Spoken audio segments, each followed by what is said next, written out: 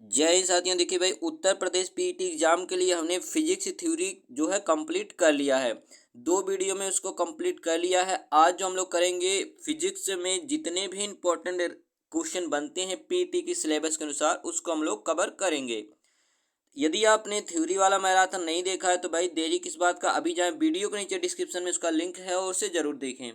तो चलिए बिना देरी किए हम लोग वीडियो को स्टार्ट करते हैं। पहला क्वेश्चन आज का आपसे क्या पूछा गया है कि वेग का सूत्र है। क्या पूछा गया कि भाई वेग का सूत्र क्या है। तो याद रखिएगा, जो वेग बराबर होता है, वेग बराबर क्या होता है, विस्थापन बटे समय होता है। क्या होता है? विस्थापन बटे समय होता है। ठीक है, विस्थापन बटे समय। तो याद रखिएगा, वेग का फार्मूला क्या होता है, वेग बराबर होता है विस्थापन बटे समय हो जाएगा। यानी कि एकांक समय में जितना विस्थापन होता उसे ही क्या कहते हैं, वेग कहते हैं। वेग एक प्रकार का सदिश राशि है। ठीक है, कैसा राशि है? सदिश राशि है। ठीक है, याद रखिएगा। और इसका मात्रक क्या होता है, तो मीटर प्रति सेकेंड होता है। तो पहले का आपका दो सही हो जाएगा, क्या? विस्थापन बटे समय हो जाएगा। ठीक है, वेग एक सदिश राशि है और याद रखिएगा इसका मात्रक क्या होता है, तो मीटर प्रति सेकंड होता है। ठीक है, चलिए दूसरा वाला क्वेश्चन देखना, आपसे पूछा गया है समीकरण v equal to u plus a t जानकारी देता है। किसकी जानकारी देता है? देखना, जहां पे u होता है प्रारंभिक वेग, v होता है अंतिम वेग, ठीक है, a होता है एक्सेलरेशन फॉर त्वरण होता है, t होता है क्या, टाइम। तो ये बेसिकली जो दिखाता है v equal to u plus a t, यह जानकारी देता है कि वेग समय का एक कार्य है। वेग समय का क्या है? एक कार्य है। ठीक है, वेग क्या होता है? समय का ही एक कार्य होता है। गतिशील वस्तु के विस्थापन की दर अर्थात 1 सेकंड में हुए विस्थापन को ही वस्तु का वेग कहते हैं। तो दूसरा का आपका हो जाएगा ए वाला सही हो जाएगा। चलिए क्वेश्चन नंबर 3 आपसे पूछा गया, शरीर का भार पहला क्या है, पृथ्वी के पृष्ठ पर हर जगह समान होता है। दूसरा दिया ध्रुवों पर अधिकतम होता है। तीसरा दिया गया भूमध्य रेखा पर अधिकतम होता है। चौथा दिया समतल भूमि से पहाड़ी में कम होता है। अगर बात करें किसी वस्तु का भार जो है ना, या शरीर का भार ध्रुवों पर अधिकतम होता है एवं भूमध्य रेखा पर न्यूनतम होता है, तो इस हिसाब से आप देखोगे तो आपका ऑप्शन नंबर बी सही हो जाएगा। ठीक है, ये वाला क्या होता है, ध्रुवों पर अधिकतम होता है। तो शरीर का भार या किसी वस्तु का भार ध्रुवों पर अधिकतम होता है, जबकि भूमध्य रेखा पे क्या होता है, तो न्यूनतम होता है। क्योंकि भाई आपने एक फार्मूला पढ़ा होगा, स्मॉल जी इक्वल टू होता है कैपिटल जी और एम अपान में होता है आर स्क्वायर। ठीक है, एम अपान में क्या होता है, आर स्क्वायर। तो यहाँ से अगर आप देखोगे, जो जी का मान होता है वो क्या होता है, ध्रुवों पर अधिकतम होता है। ठीक है, जबकि केंद्र पर क्या होता है, शून्य होता है। तो याद रखिएगा तीसरे का आपका सेकेंड वाला सही हो जाएगा। ठीक है, 1 मिनट देखिएगा यहाँ पे तीसरे का, जी हाँ, तो ये ध्रुवों पर अधिकतम होता है, एक तो ये हो जाएगा। इसके अलावा देखना, ये जो चार वाला दिया ना, समतल भूमि से पहाड़ी में कम होता है, यानी कि ये यहाँ पे देखो बी दिया ना, बी वाला, 2 और 4 दोनों आपका सही हो जाएगा। क्वेश्चन नंबर 4 आपसे पूछा गया, मनुष्य का वजन लिफ्ट में अधिक होता है।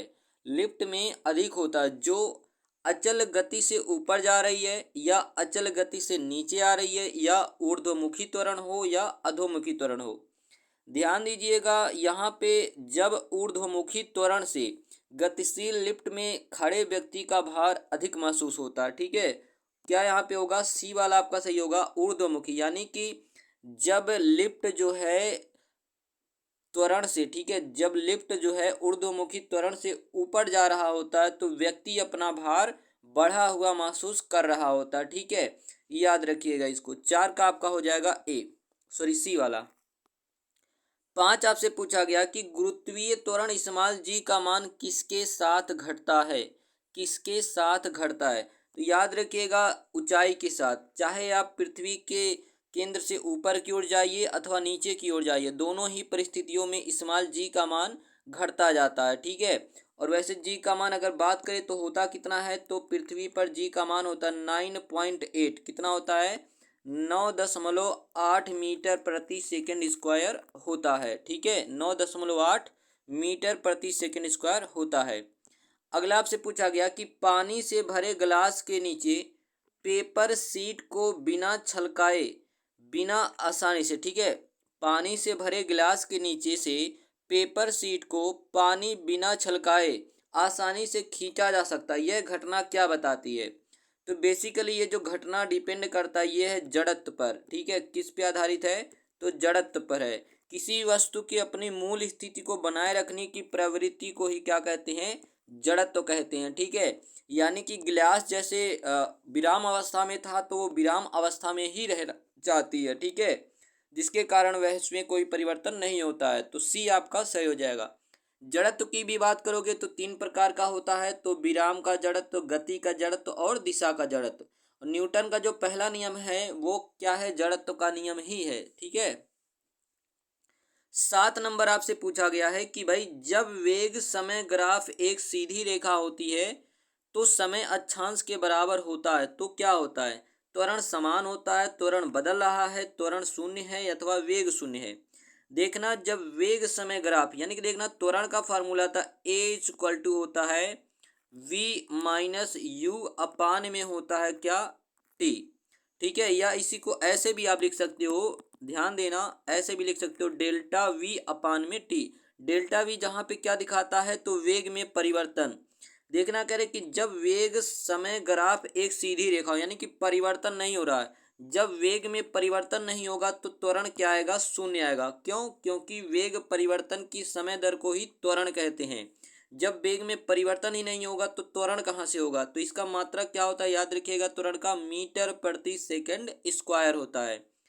जब वेग में परिवर्तन होगा यानी कि वस्तु का वेग बढ़ रहा होता है तो धनात्मक त्वरण, जब वस्तु का वेग घट रहा होता है तो ऋणात्मक त्वरण। यदि वेग में परिवर्तन नहीं हो रहा तो त्वरण क्या होगा? शून्य होगा। 8 नंबर आपसे पूछा गया प्रश्न में कि भाई जब एक बस अचानक चलना शुरू करती है तो बस के अंदर बैठे यात्रियों को पीछे की तरफ धक्का लगता है। यह उदाहरण न्यूटन के किस नियम को दर्शाता है?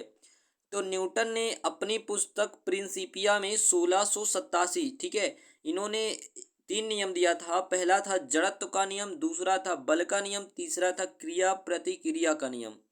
न्यूटन के देखना अगर इसकी बात करें ना तो पहला नियम क्या है? जड़त्व का नियम। यदि कोई वस्तु विराम अवस्था में है तो वो विराम अवस्था में ही रहेगी, यदि कोई वस्तु गति की अवस्था में है तो वह गति की अवस्था में ही रहेगी जब तक कोई उस पर बाह्य बल ना लगाया जाए।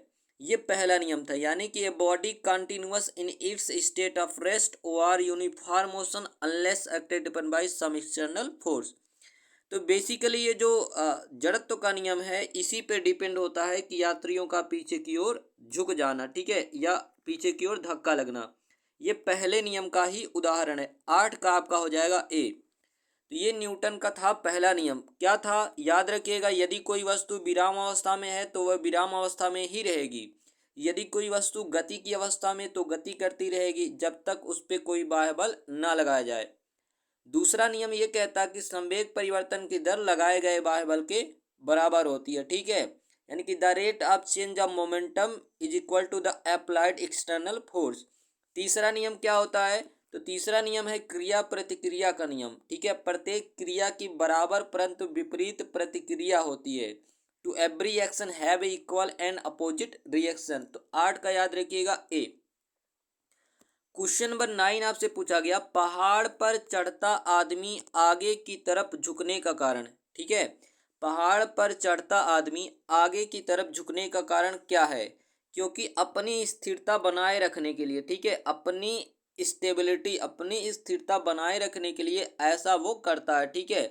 ध्यान देना, पहाड़ पर चढ़ता हुआ व्यक्ति आगे की ओर झुक जाता है ताकि शरीर के गुरुत्व केंद्र से होकर जाने वाली ऊर्ध्वाधर रेखा की सीध दोनों पैरों के बीच में रहे। यह स्थिति स्थिरता का संतुलन बनाए रखने के लिए आवश्यक होता है।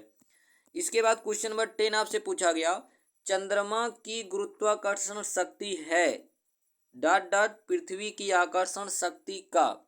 तो भाई चंद्रमा पर अगर बात करोगे तो ये पृथ्वी का लगभग कितना होता है? 1/6 होता है। और चंद्रमा पर किसी वस्तु का भार, ठीक है, कितना होता है? तो पृथ्वी के भार का 1/6 ही होता है। तो याद रखिएगा 10 का आपका हो जाएगा कौन सा? सी वाला सही हो जाएगा। क्वेश्चन नंबर 11 आपसे क्या पूछा गया, चंद्रमा की सतह पर एक वस्तु का वजन कितना होता है। तो द्रव्यमान की बात करें तो परिवर्तित नहीं होता। अगर पृथ्वी पे 60 किलोग्राम है तो चंद्रमा पे भी 60 किलोग्राम होगा, परंतु जो उसका भार होता है, वजन होता है, वो पृथ्वी के वजन का 1/6 हो जाता है। कितना? 1/6।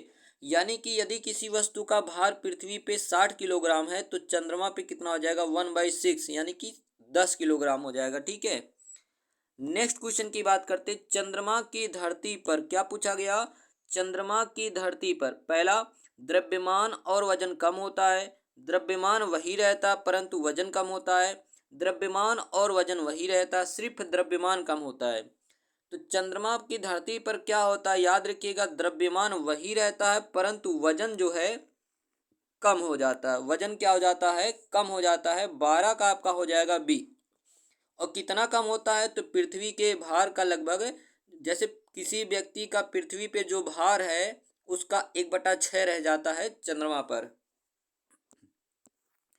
क्वेश्चन नंबर 13 आपसे पूछा गया कि दो निकायों के बीच गुरुत्वाकर्षण बल है, हमेशा प्रतिकारक, हमेशा आकर्षक, आकर्षक या प्रतिकारक हो सकता है। चौथा दिया क्या, तटस्थ दिया। तो चलिए बताइए क्या होगा। क्या होगा बताइए, 4 ऑप्शन दिया गया है। तो याद रखिएगा, जो गुरुत्वाकर्षण बल होता है वो हमेशा क्या होता है, एक आकर्षण बल होता है। ठीक है, ब्रह्मांड में किन्हीं दो पिंडों के मध्य लगने वाले बल को ही क्या कहते हैं, गुरुत्वाकर्षण बल कहते हैं। जिसकी खोज किसने किया, तो न्यूटन ने किया। उन्होंने 3 नियम भी दिया है और ये हमेशा आकर्षण होता, कभी भी ये प्रतिकर्षण नहीं होता। तो 13 का कौन सा होगा, ए, बी वाला आपका सही होगा। ठीक है, चलिए आगे बात करते हैं। क्वेश्चन नंबर 14 आपसे पूछा गया कि 400 ग्राम वजनी एक पत्थर का भार न्यूटन में कितना होगा। तो याद रखिएगा, ध्यान देना, एक न्यूटन बराबर होता 1 ग्राम फोर्स होता है। ठीक है, एक न्यूटन बराबर क्या होता है, 1 ग्राम फोर्स, और इंटू में होता है 0.009880665 होता है एक न्यूटन बराबर। तो अगर 400 ग्राम की बात करोगे ना तो इसी में 400 से मल्टीप्लाई कर लो, 400 से मल्टीप्लाई कर लो तो लगभग लगभग आपका आ जाता है 3.9 न्यूटन आ जाता है। कितना, 3.9 न्यूटन आ जाता है। चलिए क्वेश्चन नंबर 15 आपसे पूछा गया कि ऊपर की ओर फेंके गए पत्थर के नीचे गिरने का कारण क्या है। ऊपर की ओर फेंके गए पत्थर के नीचे गिरने का जो कारण होता है वो क्या है, गुरुत्वाकर्षण बल है। क्या है, गुरुत्वाकर्षण बल है। ठीक है, क्योंकि भाई गुरुत्वाकर्षण बल के कारण ही प्रत्येक वस्तु को पृथ्वी अपनी तरफ खींच लेती है। ठीक है, चलिए 16 नंबर आपसे पूछा गया, आकाश नीला दिखाई देने का कारण क्या है। आकाश नीला दिखाई देने का कारण क्या है। तो बेसिकली जो इसका रीजन है वो अन्य रंगों से नीला रंग वातावरण में अधिक बिखरता है। ठीक है, अन्य रंगों की तुलना में जो नीला रंग होता है वातावरण में अधिक बिखरता है, यानी कि जो प्रकीर्णन होता है ये ज़्यादा होता है, इसी नाते क्या होता है, आकाश नीला दिखाई देता है। चलिए क्वेश्चन नंबर 17 देखना, आपसे क्या पूछा गया है कि भाई ऊपर देखने पर तालाब में पानी दिखाई देता है। ध्यान देना, ऊपर से देखने पर तालाब में पानी दिखाई देता है। पहला, अधिक गहरा, कम गहरा, समान, या कभी कभार कम गहरा और कभी कभार अधिक गहरा। तो अगर ऊपर से देखोगे तो बेसिकली ये क्या होता है आपका बी। ठीक है, कैसा दिखाई देता है, ये बी रहेगा, ऑप्शन बी। ये आपका सही हो जाएगा। कौन सा, कम गहरा दिखाई देता है। ठीक है, ऐसा क्यों होता है, तो यह प्रकाश के अपवर्तन के कारण होता है, जो उस समय होता है जब प्रकाश किरणें तालाब से वायु में जाती हैं। ठीक है, चलिए 18 नंबर क्वेश्चन आपसे पूछा गया कि निम्नलिखित में से किसमें प्रकाश का वेग अधिकतम होता है। तो भाई वायु अथवा निर्वात में, वायु अथवा निर्वात में क्या होता है, प्रकाश का वेग अधिकतम होता है। लगभग 3 × 10⁸ यानी कि लगभग 3 लाख मीटर प्रति सेकंड होता है। ठीक है, याद रखिएगा। 19 में आपसे पूछा गया कि आपतन बिंदु पर आपतन किरण, परावर्तित किरण और अभिलंब कहाँ पे होते हैं। तो तीनों एक ही समतल में स्थित होते हैं, तीनों एक ही समतल में स्थित होती हैं। और ये परावर्तन का दूसरा नियम भी है। ध्यान देना, किसी चिकने सतह से टकराकर, किसी चिकने सतह से टकराकर प्रकाश की किरणों का वापस जाना, ठीक है, प्रकाश की किरणों का वापस जाना क्या होता है, परावर्तन कहलाता है। आने वाली किरण को आपतित किरण, ठीक है, और जाने वाली किरण को कौन सा, परावर्तित किरण कहते हैं, ठीक है। और याद रखिएगा, आपतित किरण, परावर्तित किरण और आपतन बिंदु पे खींचा गया विलंब तीनों एक ही समतल में होते हैं, ठीक है। चलिए 20 वाला देखना, आपसे पूछा गया सितारे का रंग क्या दर्शाता है। तो सितारे का रंग उसके तापमान को दिखाता है, जिसका तापमान जितना ज़्यादा होता है वो उतना ही ज़्यादा चमकता है, याद रखिएगा। 21 नंबर क्वेश्चन में आपसे पूछा गया प्रकाश का अपवर्तन निम्न के लिए उत्तरदायी होता है, किसके लिए।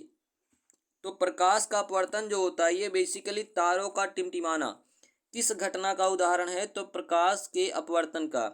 बाकी अगर इंद्रधनुष की बात करें तो भाई इसमें प्रकीर्णन भी होता है, ठीक है, अपवर्तन भी होता है। नीला दिखाई देना तो प्रकीर्णन होता है, ठीक है। 22 नंबर क्वेश्चन आपसे पूछा गया एक वास्तविक दृश्य किसके द्वारा बनाया जाता है। वास्तविक दृश्य यानी कि वास्तविक प्रतिबिंब किसके द्वारा बनाया जाता है, तो भाई ये कैमरा के द्वारा, किसके द्वारा, कैमरा के द्वारा, ठीक है।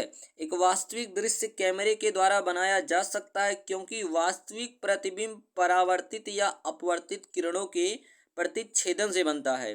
समतल दर्पण में बना प्रतिबिंब आभासी होता है जबकि पर्दे पर बनी फिल्म आभासी प्रतिबिंब होती है। 23 वाला आपसे क्या पूछा गया कि 7 रंगों में से, ध्यान देना, 7 रंगों में से मिलकर बने सफेद प्रकाश में निम्न में से किस रंग में सर्वाधिक ऊर्जा होगी। तो सर्वाधिक अगर ऊर्जा की बात करोगे तो ये होता है वायलेट में, होता है बैगनी में होता है, ठीक है। 7 रंगों से मिलकर बने सफेद प्रकाश में सर्वाधिक ऊर्जा बैगनी में होती है क्योंकि उच्चतम ऊर्जा उसी रंग की होगी जिसकी आवृत्ति अधिकतम होगी। घटती आवृत्ति के क्रम में जैसे कौन सा होता है, सबसे पहले आपका आता है बैगनी, जामुनी, नीला, हरा, पीला, नारंगी एवं लाल होता है, ठीक है। नेक्स्ट की बात करते हैं, क्वेश्चन नंबर 24 आपसे पूछा गया निम्नलिखित में से किस दृष्टि दोष को उत्तल लेंस के प्रयोग द्वारा सही किया जा सकता है। तो भाई दृष्टि दोष दो प्रकार का होता है, एक होता है आपका निकट दृष्टि दोष और एक होता है दूर दृष्टि दोष। तो निकट दृष्टि दोष में क्या होता है, पास की वस्तु स्पष्ट नजर आती है जबकि दूर की वस्तु स्पष्ट नहीं नजर आती। और निकट दृष्टि दोष निवारण के लिए अवतल लेंस चश्मे का प्रयोग किया जाता है। दूर दृष्टि दोष की अगर आप बात करोगे तो दूर की वस्तु साफ नजर आती है परंतु पास की वस्तु साफ नजर नहीं आती। इस दोष के निवारण के लिए उत्तल लेंस चश्मे का प्रयोग किया जाता है।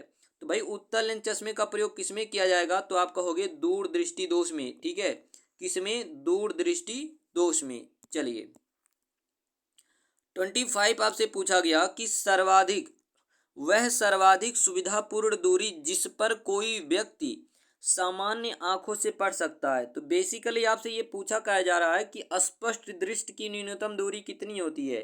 तो भाई ये 25 सेंटीमीटर होती है, ठीक है। स्पष्ट दृष्टि की न्यूनतम दूरी कितनी होती है, 25 सेंटीमीटर होती है। 26 नंबर क्वेश्चन में आपसे पूछा गया वर्षा बिंदु गोलाकार होने का कारण क्या है। तो इसका जो कारण होता है वो पृष्ठ तनाव होता है, ठीक है। क्या होता है, पृष्ठ तनाव। पृष्ठ तनाव द्रवों का वह गुण होता है जिसके कारण द्रवों की बूंदें न्यूनतम क्षेत्रफल प्राप्त करने का प्रयत्न करते हैं, वो होता है आपका पृष्ठ तनाव होता है। और इसी के नाते क्या होता है, वर्षा की बूंदें क्या होती हैं, गोलाकार होती हैं। चलिए क्वेश्चन नंबर 27 आपसे क्या पूछा गया, आपसे पूछा गया कि ठंडे जल युक्त बोतल की बाहरी सतह पर जल की बूंदें कैसे निर्मित होती हैं। तो ये बेसिकली होती हैं वायु में उपस्थित जलवाष्प बोतल की सतह पर क्या होती हैं, संघनित होती हैं, ठीक है। जब वायु में उपस्थित जलवाष्प बोतल की सतह पर संघनित होती हैं तो क्या होता है, बाहरी सतह पर हमें जल की बूंदें दिखाई देती हैं। क्वेश्चन नंबर 28 की बात करते हैं। तो भाई 28 में आपसे क्या पूछा गया, निम्नलिखित में से कौन सा भौतिक परिवर्तन है। तो देखना दो प्रकार के होते हैं, एक भौतिक परिवर्तन, एक रासायनिक परिवर्तन।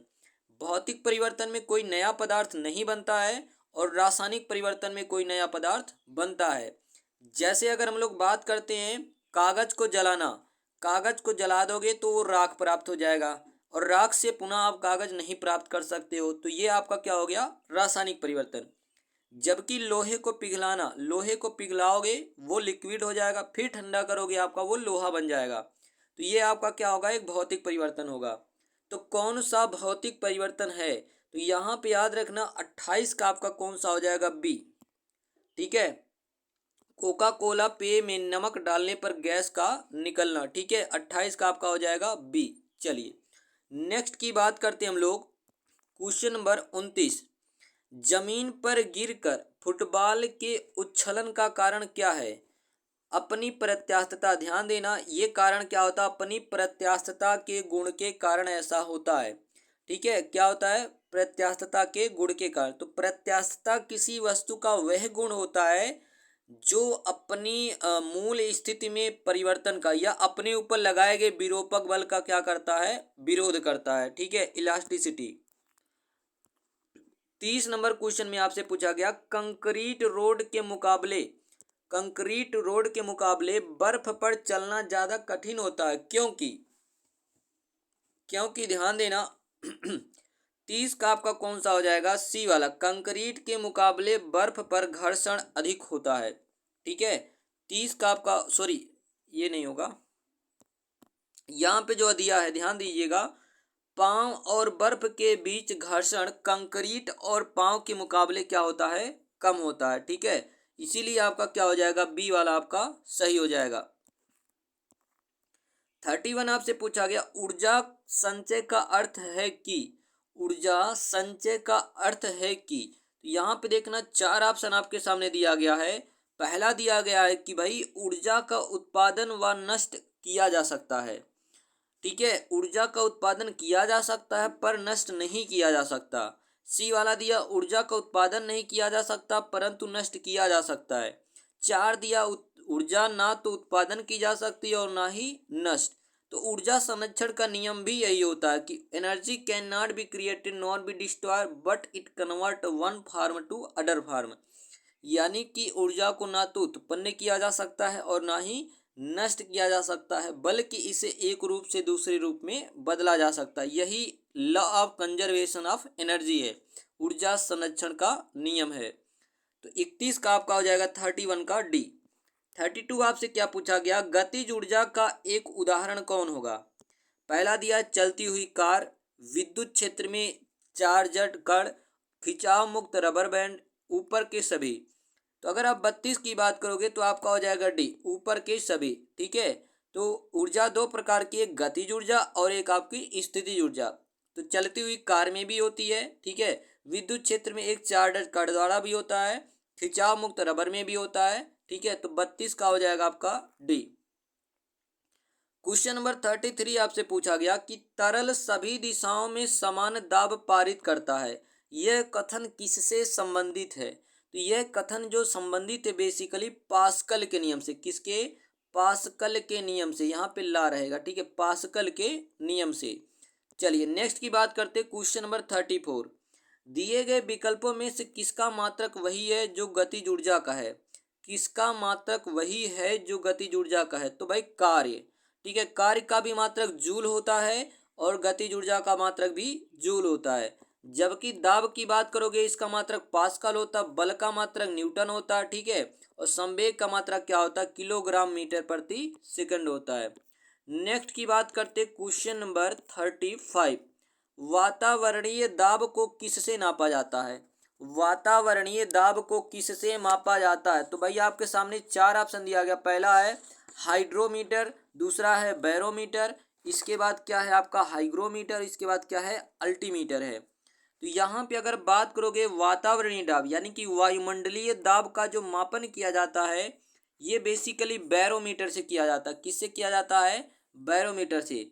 जब भी अगर बात करें हाइड्रोमीटर तो जल का घनत्व नापा जाता है, और हाइग्रोमीटर की बात करें तो वायु में आर्द्रता मापी जाती है। ठीक है, बाकी अल्टीमीटर तो आपको पता है जो वायुयान है। ठीक है, इससे ऊंचाई मापी जाती है। ठीक है, नेक्स्ट की बात करते हैं हम लोग, ध्यान देना क्वेश्चन नंबर 36 आपसे पूछा गया कि चुंबकीय फ्लक्स घनत्व का एसआई मात्रक क्या है? चुंबकीय फ्लक्स घनत्व का एसआई मात्रक, तो याद रखिएगा न्यूटन प्रति कूलम मीटर प्रति सेकंड होता है। 36 का हो जाएगा डी। आपसे 37 में क्या पूछा गया कि भाई चुंबक का वह महत्वपूर्ण गुण जिसका उपयोग नाविकों द्वारा यात्रियों द्वारा, ठीक है। चुंबक का वह महत्वपूर्ण गुण जिसका उपयोग नाविकों तथा यात्रियों द्वारा प्राचीन काल से किया जाता रहा है। निम्न प्रतिकर्षण का, प्रेरण का, दिशा संबंधी गुण या आकर्षण का गुण। तो बेसिकली जो यहाँ पे ना चुंबक बोलते हैं तो भाई ये दिशा संबंधी जो उसका क्वालिटी है, क्योंकि भाई जब एक दंड चुंबक को सामान्यतः स्वतंत्रता पूर्वक लटकाया जाता है तो हमेशा वो नॉर्थ और साउथ में जाके लटकती है। ठीक है, तो इसका उपयोग किया जा रहा किससे, प्राचीन काल से। तो भाई किसमें, समुद्र में दिशा ज्ञान करने के लिए। ठीक है, कि भाई उत्तर किधर है और दक्षिण किधर है। चलिए 38 में आपसे पूछा गया शक्तिशाली चुंबक। शक्तिशाली चुंबक अपना चुंबकत्व उस स्थिति में खो देता है जब जब क्या होता है, तो याद रखिएगा इसे उच्च ताप पर गर्म किया जाता है। इसे उच्च ताप पर गर्म किया जाता है तो ये अपना मैग्नेटाइजेशन क्या कर देता है, खो देता है। 39 में आपसे पूछा गया कि लटका हुआ दंड चुंबक घुमाया जाता है, यह उत्तर दक्षिण दिशा में ठहरता है। यह दर्शाता है कि पृथ्वी का अपना क्या होता है, तो पृथ्वी का अपना चुंबकीय क्षेत्र होता है, जिसके कारण क्या होता है, जो दंड चुंबक होता है वो नॉर्थ साउथ में जाके हमेशा ठहरती है।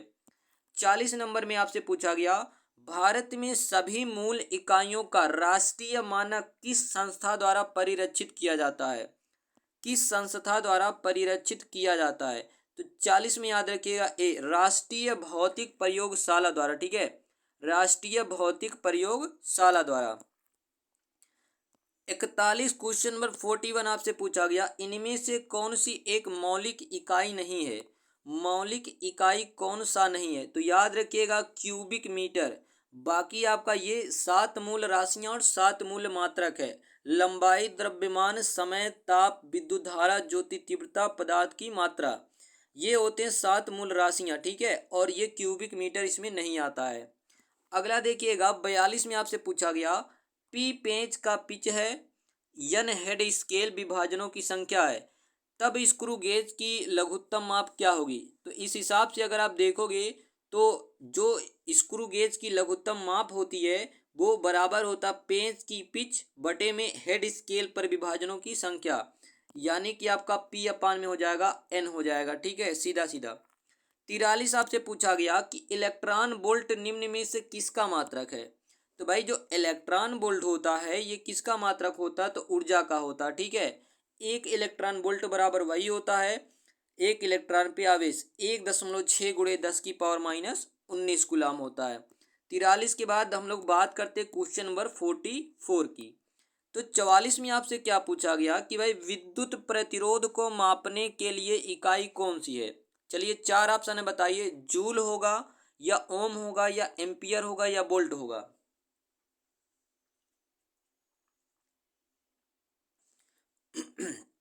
चलिए भाई, हाँ तो 4 ऑप्शन आपके सामने दिया गया। विद्युत प्रतिरोध को मापने के लिए कौन सी इकाई है, ये होता है आपका ओम होता है। ठीक है, विद्युत प्रतिरोध का मात्रक भी क्या होता है, ओम होता है। 44 का आपका हो जाएगा बी, आपका सही हो जाएगा। एम्पियर की बात करें तो भाई धारा का मात्रक है, वोल्ट की बात करें तो विभवांतर का मात्रक है, और ये जूल की बात करें तो कार्य का मात्रक होगा। 45 में आपसे क्या पूछा गया कि प्रकाश वर्ष से क्या तात्पर्य है। क्या पूछा गया कि प्रकाश वर्ष से क्या तात्पर्य है।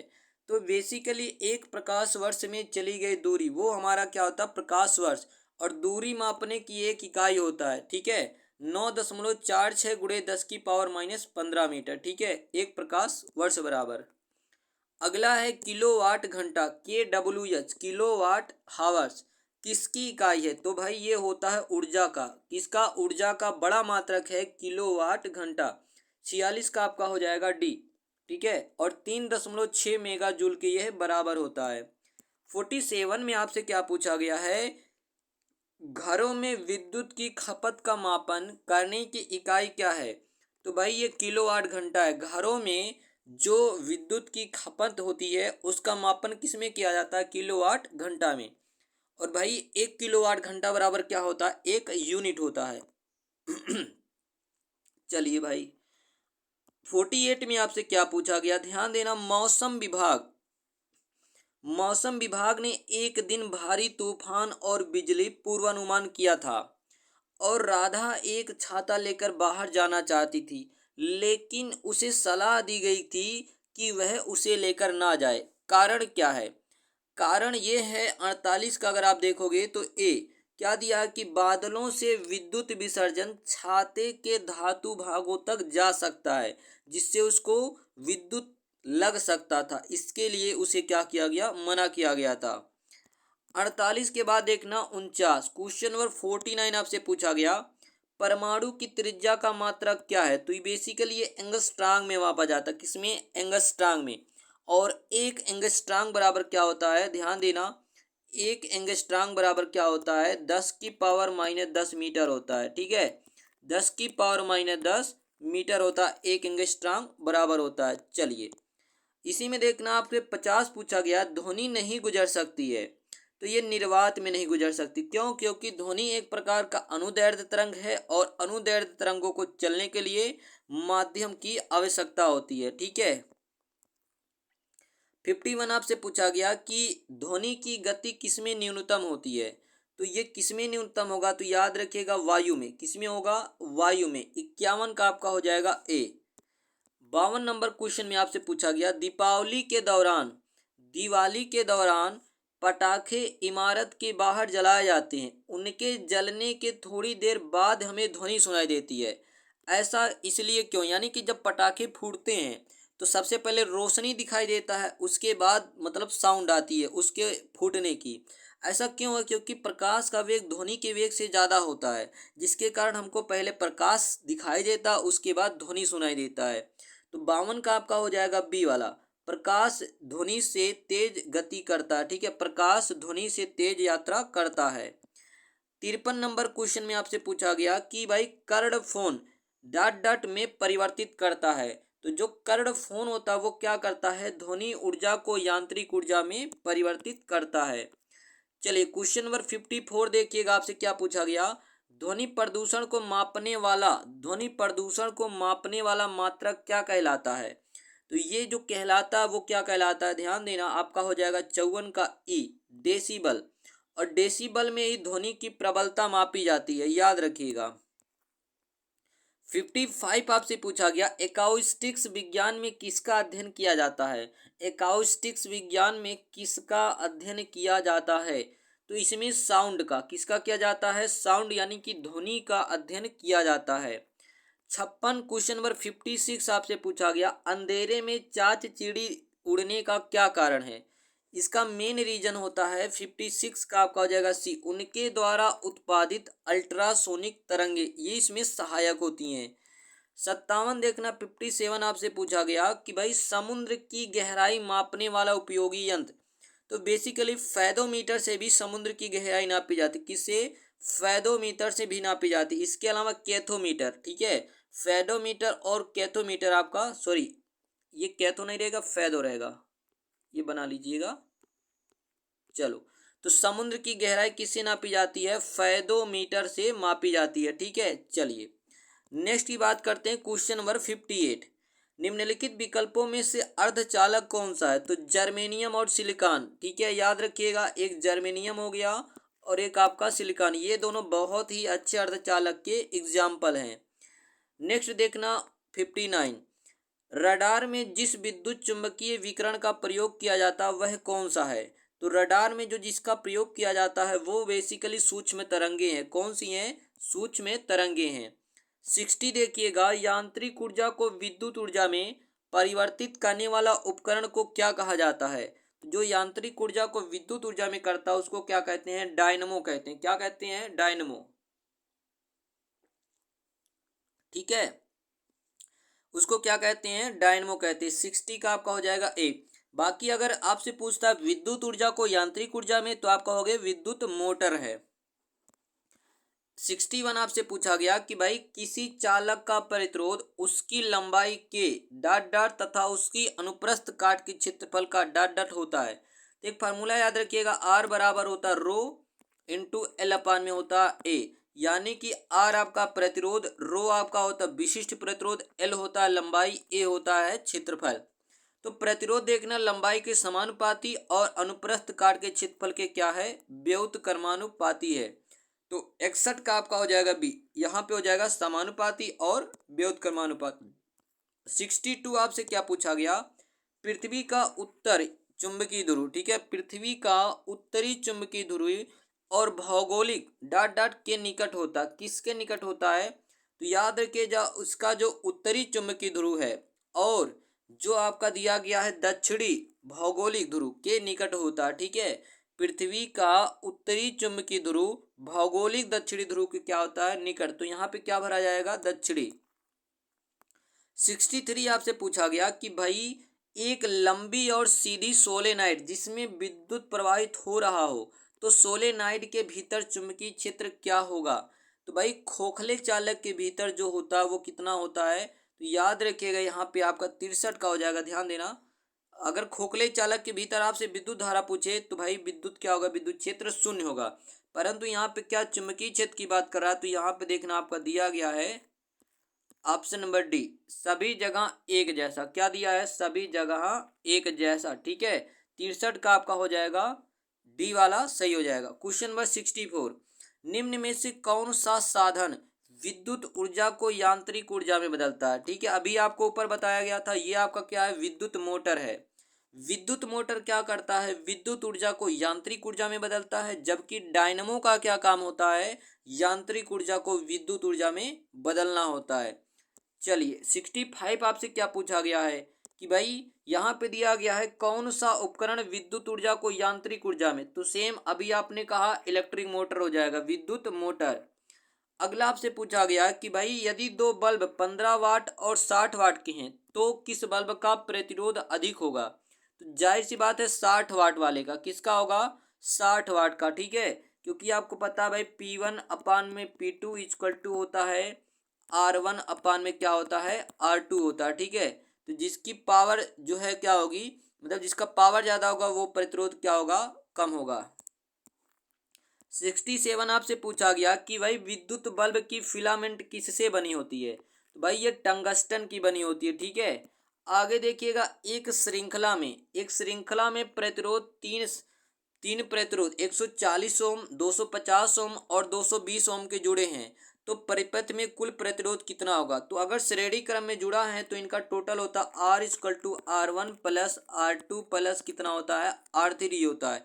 यदि श्रेणी क्रम में जुड़े हो तो तीनों को ऐड कर लीजिएगा 140, 250 और 220, तो आपका ये आ जाएगा कितना, तो आ जाएगा लगभग 610 ओम आ जाएगा, ठीक है। चलिए क्वेश्चन नंबर 69 आपसे पूछा गया, यदि तीन प्रतिरोध एक तो 2 ओम के हैं, यदि तीन प्रतिरोध जो हर एक, ठीक है, क्या हर एक 2 ओम के हैं, तो परिपथ में 3 ओम का प्रभावी प्रतिरोध पैदा करने के लिए कैसा जोड़ा जाना चाहिए। अगर 3 ओम का प्रभावी प्रतिरोध चाहिए तो इसको कैसा जोड़ा जाना चाहिए, तो 69 का बेसिकली याद रखिएगा ए, कैसे जोड़ना चाहिए, दो प्रतिरोध समांतर संयोजन में और एक उनके साथ श्रेणी में जोड़ना चाहिए, ठीक है। 70 देखना आपसे पूछा गया, विद्युत फ्यूज जोड़ा जाता है, तो ये बेसिकली श्रेणी क्रम में जोड़ा जाता है और टिन और शीशे का एक मिश्रण होता है जो हमारे घरों के उपकरणों को ये क्या करता है, सिक्योरिटी प्रदान करता है। तो 70 का बेसिकली याद रखिएगा ए, विद्युत में द्वारा तार द्वारा ये जोड़ा जाता है। 71 आपसे पूछा गया कि भाई AC को DC में परिवर्तित करने के लिए उपयोगी साधन को क्या कहते हैं, तो बेसिकली ये होता है रेक्टिफायर होता है, क्या होता है, रेक्टिफायर होता है, ठीक है, दृष्टिकारी जिसको बोलते हैं। 71 का आपका हो जाएगा बी। 72 आपसे पूछा गया, विद्युत का सबसे अच्छा चालक, तो भाई विद्युत का वैसे सबसे अच्छा चालक क्या होता है, चांदी होता है, परंतु ऑप्शन के अनुसार क्या होगा, कॉपर होगा, क्योंकि यहाँ पे चांदी नहीं दिया है। अगर ऑप्शन में चांदी होता है, सिल्वर, ठीक है, Ag, तो यही आपका सही होता है, विद्युत का सबसे अच्छा चालक क्या होता है, चांदी, परंतु ऑप्शन में नहीं है तो आपका क्या हो जाएगा, कॉपर हो जाएगा। चलिए क्वेश्चन नंबर 73 की बात करते तो भाई आपसे क्या पूछा गया, अंधेरे में फोटो खींचने के लिए प्रयुक्त विकिरण कौन सा है, तो इसमें जो होता है अंधेरे में फोटो खींचने के लिए अवरक्त किरण होता है, ठीक है। 74 आपसे पूछा गया, वाष्पीकरण की दर कब घटती है, वाष्पीकरण की दर घटती है जब, ध्यान देना, आर्द्रता में वृद्धि हो जाती है, ठीक है, आर्द्रता में वृद्धि होने के कारण क्या होता है, वाष्पन की दर में क्या हो जाती है, वाष्पीकरण क्या हो जाती है, घट जाती है। 75 आपसे पूछा गया कि लकड़ी के लट्ठों को जलाते समय उनके बीच खाली जगह छोड़ दी जाती है, जिससे जिससे ध्यान देना उनके जलने के लिए वायु की गति में मदद मिलती रहे, ठीक है, उसके जलने के लिए वायु की गति में मदद मिले। 76 आपसे पूछा गया सेंटीग्रेड और फ़ारेनहाइट पैमाना किस तापमान पर समान होते हैं, तो -40 डिग्री सेल्सियस पे ये दोनों क्या होते हैं, बराबर होते हैं। 77 आपसे पूछा गया कि भाई थर्मोस्टेट एक ऐसा यंत्र है जिसका उपयोग होता है, ध्यान देना थर्मोस्टेट का उपयोग जो होता है वो होता है तापमान के नियंत्रण में, ठीक है, यानी कि कंट्रोल ऑफ हीट, ठीक है, याद रखिएगा। परमाणु भट्ठी या फिर न्यूक्लियर रिएक्टर वह युक्ति होता है, ध्यान देना इसमें भी कई प्रकार का जैसे मंदकों का उपयोग करके वहां से उत्पन्न होने वाले हीट का प्रयोग किया जाता है ऊर्जा के उत्पादन में। चलिए तो 78 देखना आपसे क्या पूछा गया, नाभिकीय रिएक्टर में शीतलक का उपयोग इसके लिए किया जाता है, तो भाई शीतलक का जो प्रयोग किया जाता है, देखिए आपके सामने चार ऑप्शन दिया गया है। पहला है कि भाई वाष्प, गर्म वाष्प को ठंडा करने और इसे जल में संघनित करने के लिए। दूसरा दिया जनित्र कुंडलियों को ठंडा करने और अति उष्मन की रोकथाम के लिए, टरबाइन चलाने के लिए। और चौथा दिया है उष्मा विनिमायक में ऊर्जा को रिएक्टर से जल में स्थानांतरित करने के लिए। तो बेसिकली जो 78 है उसका डी यही आपका क्या है, सही है।